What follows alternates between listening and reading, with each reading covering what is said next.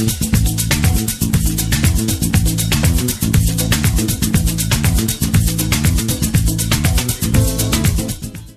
história começa no universo e termina no universo, né? E esse encadeamento das coisas que vão acontecendo, em que nós somos parte da história, uma parte no meio, vamos dizer assim, dessa história, é muito importante, pelo menos do ponto de vista científico, que mostra que quando você tenta entender o universo, quando você tenta entender a ciência, pelo menos cientificamente o universo, você de uma certa forma está tentando entender quem nós somos. Não só como se resolve uma equação de movimento, que tem uma pedra que cai e quanto tempo vai demorar para ela bater no chão, mas entender de uma forma racional como que a nossa história se encaixa numa história muito maior que a história cósmica, né?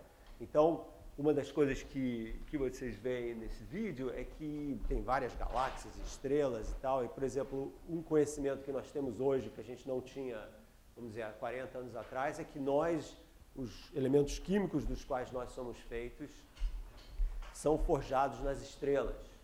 Então, as estrelas, essencialmente, são as máquinas que transformam o elemento químico mais simples que existe no universo, chamado hidrogênio, tem um próton no núcleo, né, em todo o resto, hélio, carbono, oxigênio, ferro.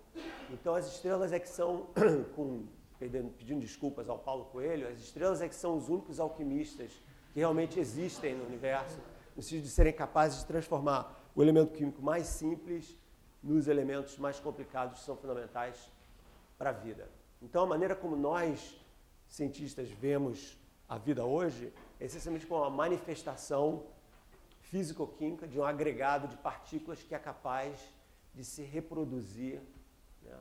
E, então, com isso, seguir certas regras que são descritas pela teoria da evolução de Darwin, né?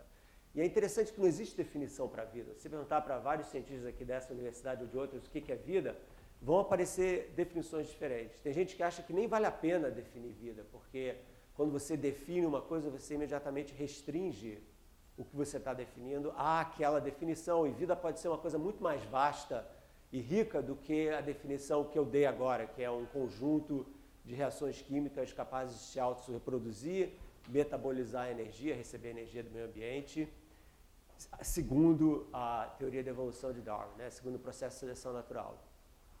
Mas aconteceu isso, né? Aconteceu isso pelo menos nesse planeta, em que essas moléculas se organizaram de uma forma que a gente ainda não sabe.